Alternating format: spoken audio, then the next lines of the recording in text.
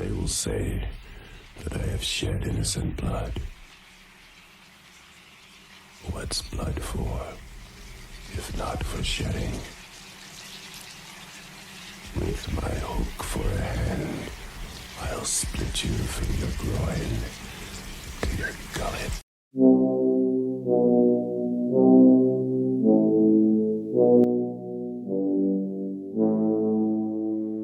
World's a hungry place. And the darkest things are the hungriest, and they'll eat what shines. Some things, dark things, the shining's like food. And nobody shines like you.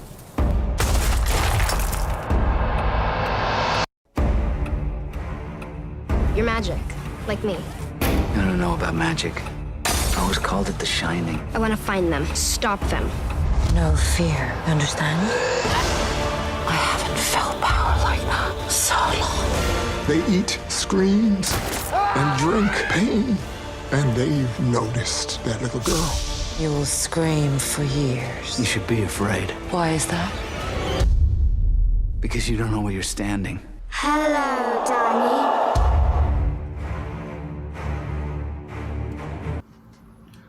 What's going on, YouTube? The film we're discussing today is none other than Dr. Sleep. Dr. Sleep is a 2019 psychological horror thriller produced by Mike Flanagan, who has become one of my favorite mainstream horror film directors and directors in general. Honestly, there's nobody modern day within the last 10 years who started making horror movies who has a better track record, personally for me, than Mike Flanagan. He's an amazing director, and if you've ever watched that show on Netflix, The Haunting of Hill House, then you'll get a taste of just how good this director is. For the most part of the film, it seems to center around four essential key characters. Those are the characters I'll spend the majority of my time discussing. The film stars Ewan McGregor as Danny Torrance, Rebecca Ferguson as Rose the Hat, Kylie Curran as Abra Stone, and Zahn McClarnon as Crow Daddy. And yes, I know, Crow Daddy sounds like a ridiculous name, right? Essentially, the film starts off following the path of Danny Torrance. The film picks up after the events of the Overlook Hotel. And if you didn't know, yes, this is a direct sequel of The Shining.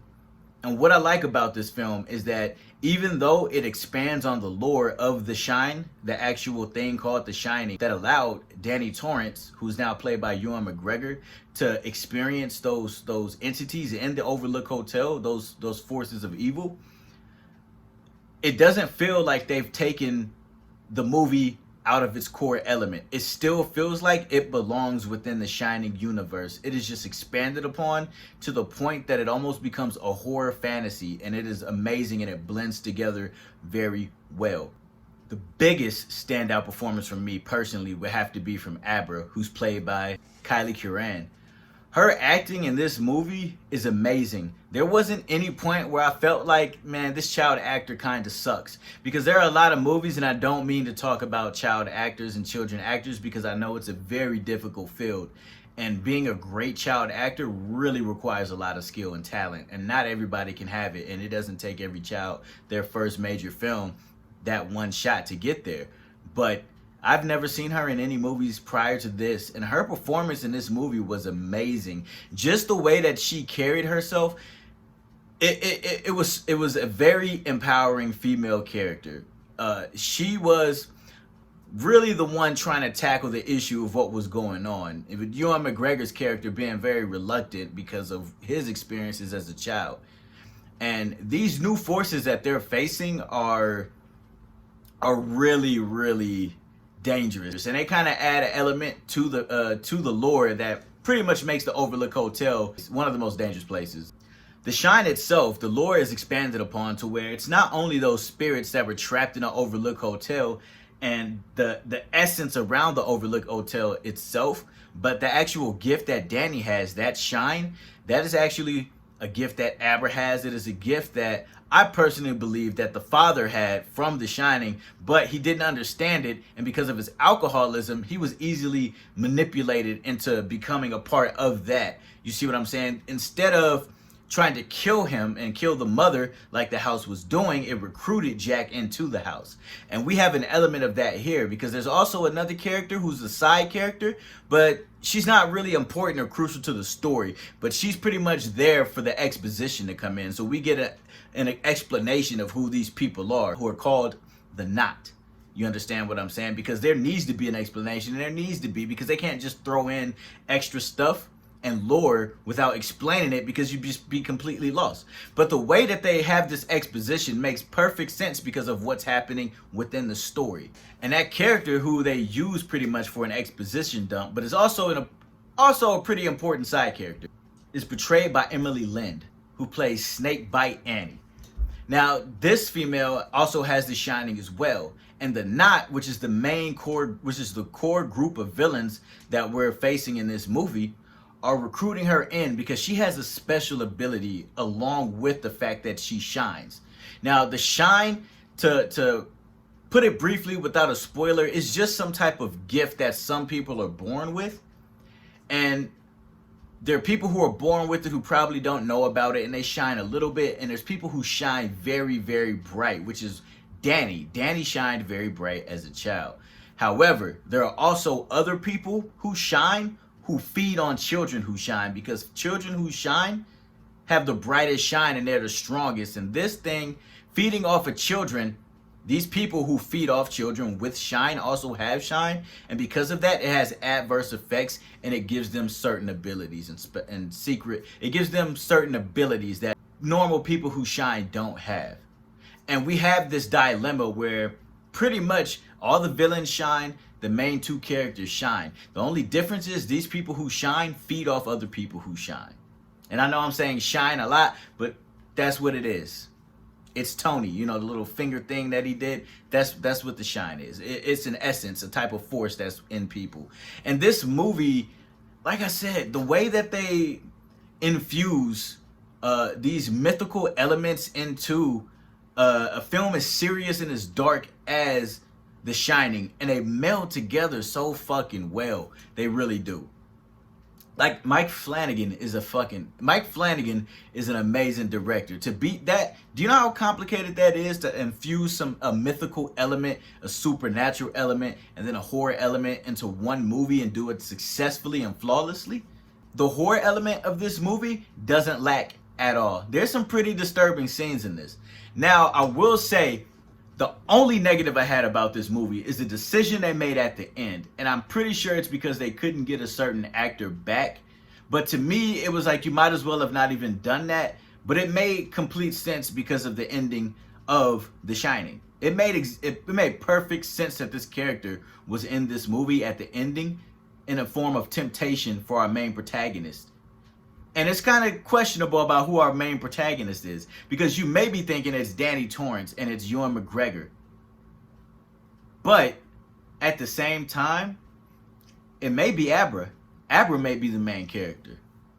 You don't know. This character, Abra, is very, very strong. And essentially, we have a situation where, like when Danny was a child and it took Dick to come in to kind of teach him, to give him a nudge, to kind of help him use his powers and understand him, we have a situation where Abra is an incredibly strong individual who shines. And these people, called the Knot, who shine as well, but feed off children who shine, sense this. And she looks in on these people, and they look back at her, and they're trying to hunt her down. And Danny is there to kind of help her and guide her, because she's alone.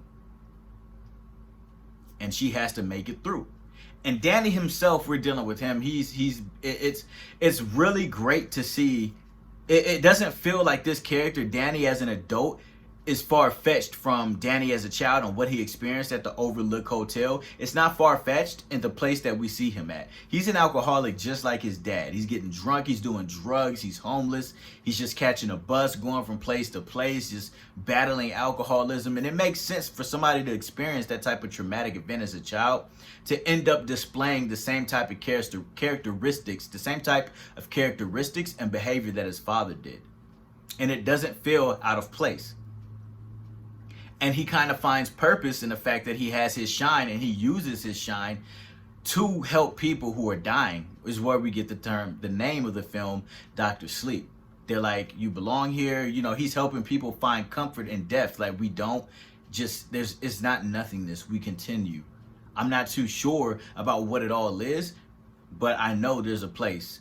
And I can experience this with you. I smell the same blueberries that your mother made when you were a child. And he makes these strong connections and makes this an incredible impact at this hospice where he's taking care of these old people doing clerical work. And he finds a purpose there. That's where he gets the name Dr. Sleep. And moving on to the villains, Rose. The villain Rose. Oh my God. She is such a fucking lady, but she is so villainous. It's really hard not to love her as a villain. She performs very, very fucking well. It's like she is a horrible, horrible person. The things that she is doing and the things that the Knot are doing to children are fucking horrifying. The way she carries herself is so goddamn dignified and sassy, and I fucking love it. Her performance was good as well. Her performance was great.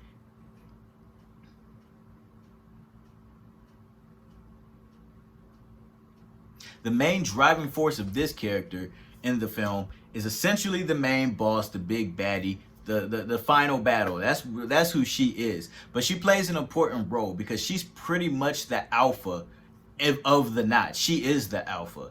She controls the group. She is the strongest of the group, and she's not gonna let anybody stronger than her exist. And that is why we have the main plot. They're trying to find Abra because there is a shortage of people who shine, and people don't shine as bright as they do. And even though because they shine, they're able to live very, very long, longer than what a normal person who shines or a human period should be able to live because of the things they're doing, draining the essence and the life force of children with the shine. And because people don't shine as bright anymore, and there's not as much people who do shine, they're pretty much close to coming to, okay, we can eat well and live long, but if we don't have enough source, we're not feeding off people who shine, we're not going to make it too long. And it's a painful experience, and we see that one of the people in the group, in the shine, because there's a shortage of shine, they begin what's called cycling, and they die horribly on their own. And the way that he made these people who shine, how they look when they feed and when they're using their powers and abilities, their eyes light up. It's really, really creepy and unsettling. It's almost kind of like Oculus, the way their eyes shine. And that's the same director we have from Oculus, which is a very good movie as well. But they have that Oculus effect where their eyes light up and they're bright, and they just look really demonic while they're doing what they do to get their shine from these children.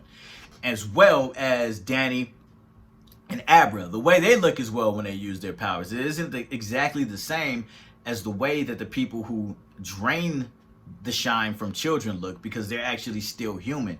So their eyes roll back and they're white. And it's really cool. The horror elements are there in this movie. But I would say there is a heavy fantasy element and a mythical element to it that makes the movie just so much better. You understand what I'm saying? As well as that underlying theme. The underlying thing of this movie is pretty much, even though there are horrible things that happen and there are bad people out there, is that we don't end.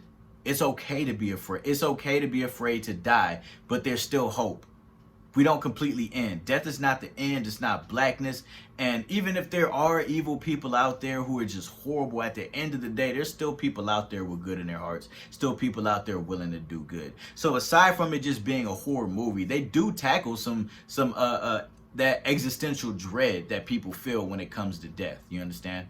It's a perfect movie. I have absolutely no problems with this movie. It is a great runtime, so you have plenty of time to sit down and watch it. There's a lot of content and material within the movie for you to explore. And there are some special effects in this movie that are absolutely amazing. There's a sequence where it's almost like when people use the shine, it's sort of like it's like a physical manifestation on the film of astral projection, and it is amazing some of the things they do with the camera work and some of the way they incorporate the cosmos into the view. It is absolutely amazing and stunning. And I'm telling you, Abra's character is so goddamn good. Just the way she carries herself is so confident. Like, I know I am right, and I'm trying to stop you from killing these children. So you dying, you deserve absolutely everything that's happening to you. You deserve every ounce of pain that you feel, just like you did to those children. You deserve it. And when a character just approaches her and it's like and when the villain, when Rose the Hat approaches her and pretty much is getting close to the final sequence, she's so fucking confident, and Abra is so confident and cocky in her ability. She doesn't even elicit a response. She just walks right through her astral projection, and it's just like, god damn.